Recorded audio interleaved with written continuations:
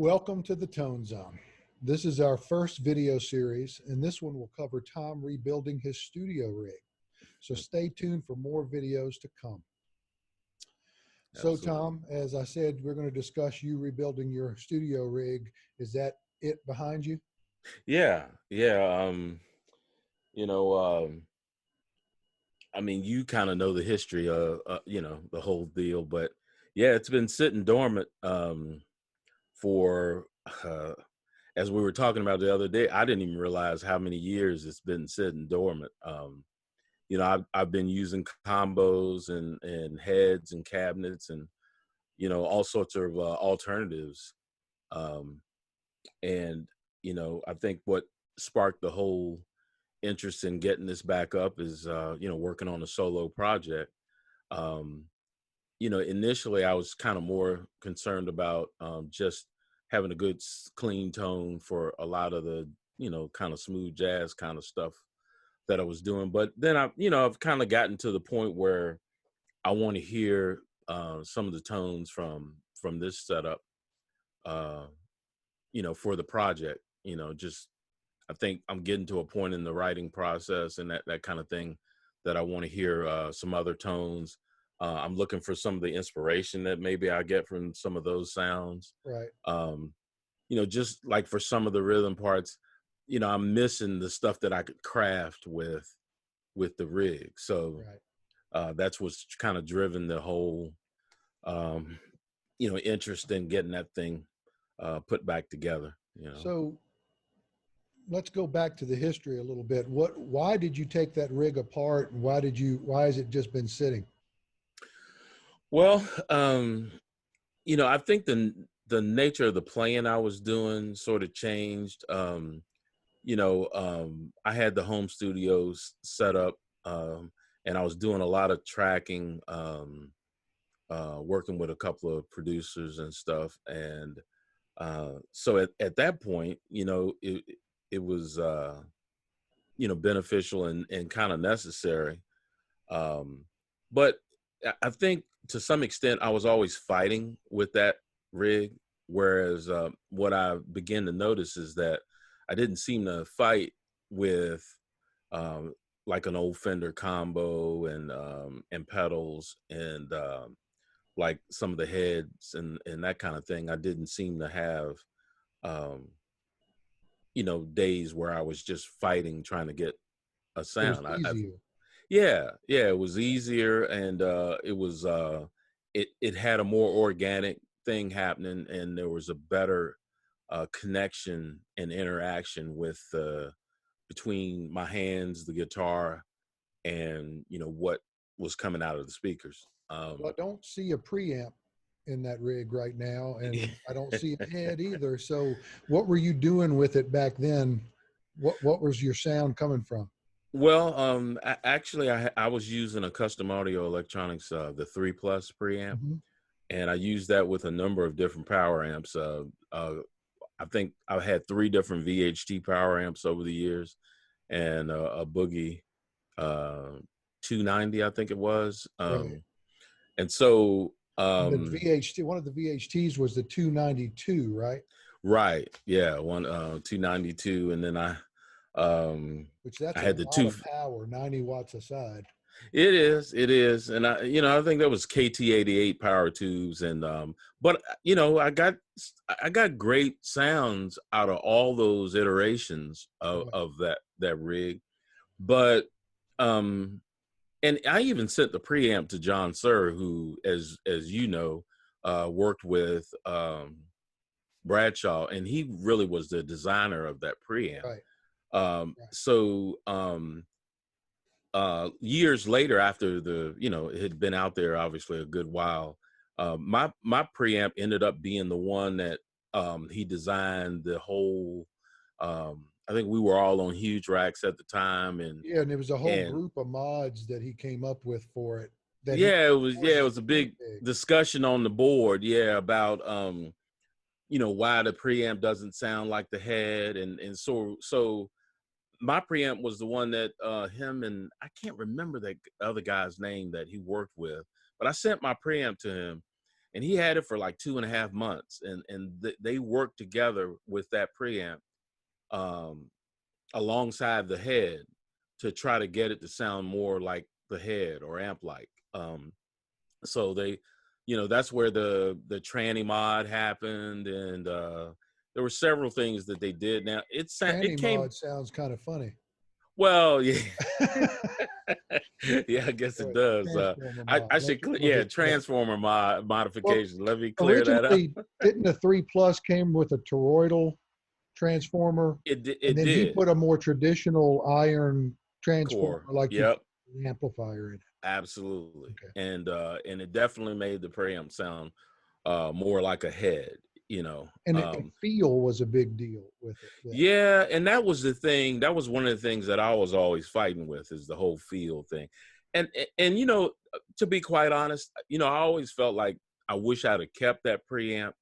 Um, just because I think it was special from the standpoint that it was one of the original ones, like from the early 90s. Right. And the caps in it were different, I think, and it sounded, so it's a great sounding preamp. And then after John had personally done all those mods for me, um, I kind of hated to get rid of it, but I think um, I finally just got to the point where I think I realized that it was going to be more heads, um, uh, and that kind of thing that worked for me, because I just never got the preamp power amp thing to really. Well, you and I both struggled with that. And Yeah, one of the biggest struggles with the preamp power amp thing is finding a good power amp yeah, that it doesn't it cost a fortune and doesn't take up 4 rack spaces. Because I mean, I think yeah, we might have felt different had we had that monster VHT power amp that costs thousands of dollars and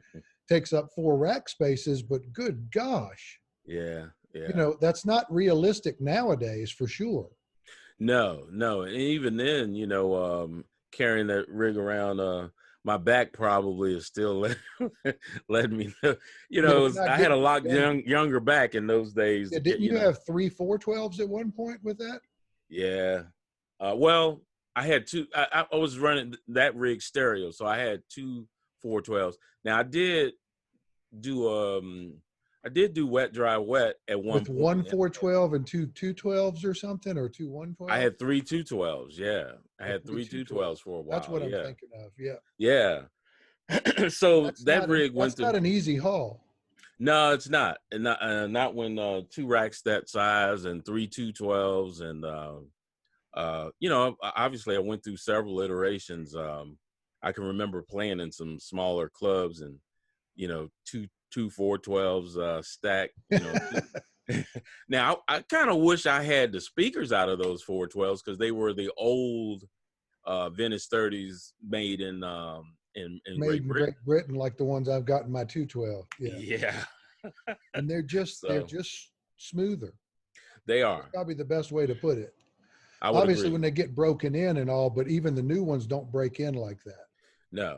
No, there is a difference. So it has a little bit. It's that peak it's got isn't quite as harsh. Yeah, and I certainly am not anxious to carry around 412s, but those were two Rivera 412s, which, were I just, solid, or Birch, and I mean, they sounded great. Nice, heavy, beefy 412 cabinets. And again, they had the old original, uh, you know, vintage 30s in them. So Right. I wish I had those. That would be nice. 8 nice, well broken in vintage Right. 30s. But that Sir Cab 212 I'm using now, it sounds great. You kind of like the open back thing anyway, or at least Yeah, I always tended to gravitate a little bit towards that. it's On funny. We never thought I did, but now my back is open on my 212. But I like it. we'll get I, into that another day. yeah. So, you touched on this a little bit. So it's been sitting dormant for what, like 10 years or something?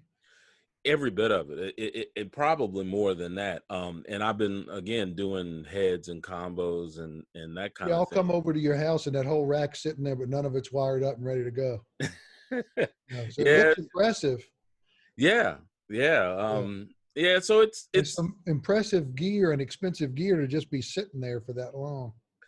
Yeah, and I made a few moves after I broke that rig down, changed out a few things or added a couple of things, and I'm anxious to hear it. To get it wired up, to get it all programmed, and start dialing it in, Right. and get some of those sounds, because it's been dormant way too long, and there's no point in having all that gear sitting here not doing anything. So I'm So, so what made you want to tackle it now? I think the biggest thing driving it again is working on the solo project, um, and getting to a place where in the writing and recording process that I want to hear sounds from that. You know, Right. um, it's got a tri stereo chorus in it. I've got a TC the 1210 in it. Um, So you've got both those the choruses. yeah, Two choruses. yeah, I got a Dimension D pedal too, the Wazacraft. So it's three great choruses. But in the CAE Super Trim, and I've even got a half rack Mojo Vibe that Bob Sweet built for me, but before he passed away. It was not long before he passed away. Yeah, Matter I of fact, remember. Yeah. yeah, there are only a few of those even in existence. He was a The true Rack Man. yeah. Yeah, yeah. I mean, like, I think, Mike Fuller, Full Tone and Sweet Bob Sweet and Sweet Sound, that whole those guys were some of the original Yeah.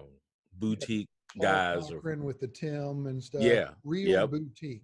absolutely. Actually making it at their house with just them and maybe a couple people.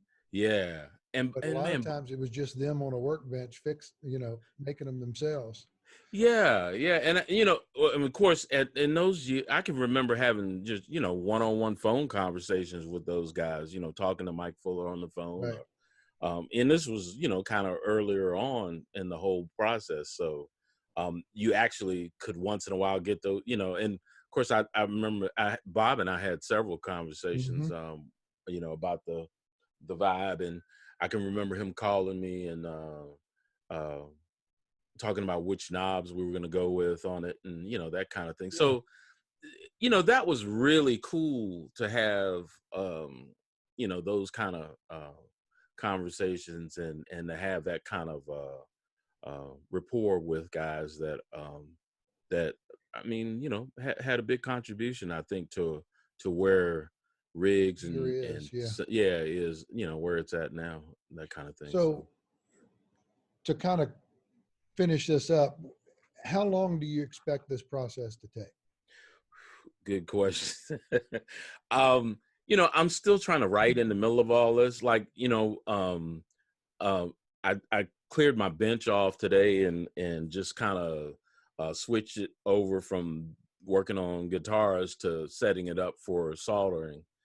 Um, and pulled out some ends and some cable and stuff. So, I'm going to start with the usual process, working on power and grounding first to get all that stuff squared away and start running power cables, and then uh, MIDI and control cables subsequently.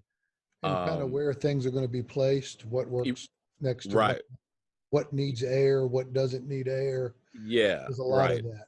I mean, it'll Absolutely. all look real nice, all slammed together right there, but sometimes that doesn't work, does it? No, no, it doesn't. So, And you got a pedal tray. Are you sure of what pedals you want on the pedal tray yet? no, I'm not. And the other thing is, initially when I planned this rig, I did sort of like a flow diagram, Hmm. and I accounted for all the MIDI channels and MIDI control change switches and numbers, and uh, all of that. And then I've added some like one or two pieces. I don't know that much is, some of it is changed out, but I've added a couple of things and maybe taken away a couple of things. So I've got to revisit all of that and be sure that I've accounted for those changes. and the pedal tray, I'm not sure what's going to end up on that for sure. It's a little different animal now because you're going to be using your egnator as the primary amplifier now, right? Yeah, yeah. The Mod Pro, Right. Mod 50, Yeah. Mod 50. Or yeah, the Mod 50. Yeah. So yeah, and I've picked up a couple of new modules I picked up one of the Synergy modules, the Right. SLO. So So, but it's all depending on which pedals work with that, but you've got a crap ton of pedals. So you got plenty to choose from. yeah, they're a lot. And I just got one in the day, the Vertex Boost. Boost. Yeah, so but honestly, I think that I'll be using more of the modules to really get the core amp tones. Because I have several modules, as you know. But the Twin Deluxe, the SL module, and the COD. So, anyways, I think primarily I'll get my various amp tones and character from those modules or the various modules, and then maybe goose them a little bit with a boost here or there. Right. And I haven't hooked it up yet, but one of my favorite pedals, obviously, as you know, is one of the old original full tone full drive 2. Yeah, so excuse me, that's That might be another video, but I remember when we did A/B that with a newer one. Yeah. It is what it is. Yeah, Now, it they don't wasn't have this. those parks anymore. No, I remember I was going to do I was headed to New York to do a date. Just it was a showcase with up and coming artist, and I needed I had the big rack system then, but I needed A fly like a date little, rig. yeah, basically a fly, yeah. So I remember calling Mike Fuller, and I had ordered, I can't remember the name of the place now, from Tennessee or whatever, but I had ordered one of his he was doing, or Full Tone was branding and selling some pedal boards and flight cases and stuff. So I ordered I remember ordering that, and I called Mike and ordered that full drive then. And I mean, it's a great pedal. I've used it over the years, and again, that's some of the reason for wanting to put this stuff together. I mean, that's a great sounding pedal, and I love the way it sounds. And it's just been sitting collecting dust. So it's time to pull some of this stuff out, man. Right, and certain pedals are going to sound good in that environment, using it to goose channels and stuff like that, where certain pedals are more used into a clean amp. Right. Pedal Right. is the tone. So Right. you're probably going to be using gain pedals more so for enhancing what you already have with those modules in the Mod 50 than you're going to be using them as the tone unto themselves. I mean, unless you want a fuzz or an octave or something, Octavia, something crazy like that. Right. Where with my rig now, with this simplistic approach that I took, if you want to call it simplistic, with pedals into a clean amp, you choose totally differently. Yeah. And and I think, well, you kind of alluded to it a little bit, but as you just you mentioned in that's once you get beyond 2, maybe 3 pedals, that can get pretty, yeah, it's not so simplistic. I was telling a friend that doesn't really do guitar gear and stuff, has a guitar and plays a little bit and stuff, but just was saying, look, you could take 2 pedals and run into a problem. Oh, no doubt. Of the impedance mismatch or something, they don't like each other, and you're trying to figure out why it sounds so small to you, and it's all about that. Yeah, or lots of gear, just in one that you just don't like the sound of, or whatever. Right. Or there's the piece, the pedal downstream of the first one doesn't like the buffer that it's seeing from the first Exactly. one. I mean, it's Yeah, just we could go on for hours discussing everything we've run into over absolutely, 30 years of doing this stuff. absolutely. Because what we met when you walked into Don Grubb Music and had an amp and a pedal or something, and it Yeah, was like we started this journey, that's just it. serious gearheads, chasing tone. Oh, no question. And have been ever since. Still chasing. Well, Um, we'll follow up on this, you know, in subsequent videos. We're going to kind of lay out a plan for everybody that's watching where we're going to say, okay, here's the next step. Here's the right. next step.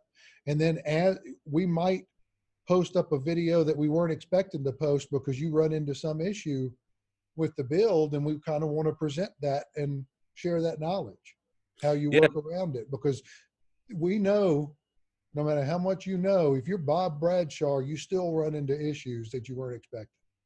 yeah. And I don't I don't know what I'll run into. And that's why I hesitate to talk, when you asked about what kind of time frame. I don't know what I'll run into. I don't know exactly how much time I'll be. It's not like I'll be able to dedicate, 10 hours or 12 hours a day to this thing Right, until because it's we both done. work jobs. Yeah. Yeah, unfortunately. Or I guess fortunately, depends on how Yeah. you want to look at it. I, But I certainly feel blessed to have a job I can work at right now going through what we're going through. So, absolutely, with which this is, whole by the way, COVID. why we're doing this via Zoom right now, Yeah. Yeah. I trying to mean, follow and with, rules and guidelines. absolutely. And so with this whole COVID-19 thing, it's presented some interesting difficulties of its own. But uh, fortunately, I've been able to some of this stuff I had already a lot of stuff I had already ordered. I've got a lot of cabling, I've got a lot of ends. A lot of this stuff I had ordered even years ago, and it's just been sitting um, in anticipation of doing this build. And I just kind of have put it off. But I think it's long overdue. Um, and so, and I'll have to figure out how to incorporate some of the new stuff because some of it will require um, a different wiring setup. I got to decide whether some of the stuff I'll keep. Um, you know, um, so it's going to be Yeah, I was going I'll to have ask to think that. out some of It's probably a possibility that some stuff doesn't stay. it. It is. And there's some duplication of things. I think to some degree. Um, you know, I mean, one thing that I'll be addressing that's I've got to think about that wasn't at issue first is how I'll be feeding the whole rack system, because the idea here is obviously going to be a wet, dry, wet setup Right. for that whole flexibility. But the idea is that I could take any head um, or any combo and basically route it through this system for the stereo effects, the studio quality stereo effects that I can do. Right.